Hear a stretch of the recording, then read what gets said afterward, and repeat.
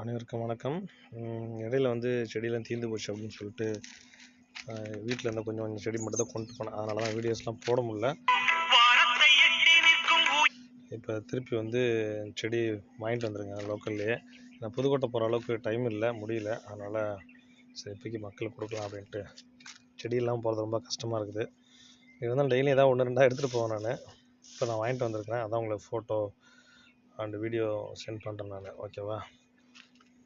இப்போ என்ன கொண்டு வந்திருக்கேன்னா, இது சிவப்பு கொய்யாங்க. பாருங்கள், நல்லா குட்டி குட்டியாக இருக்கும். இது பெரிய கொய்யா. இது ரெண்டு வித்தியாசம் பாருங்கள் எப்படி இருக்குன்ட்டு.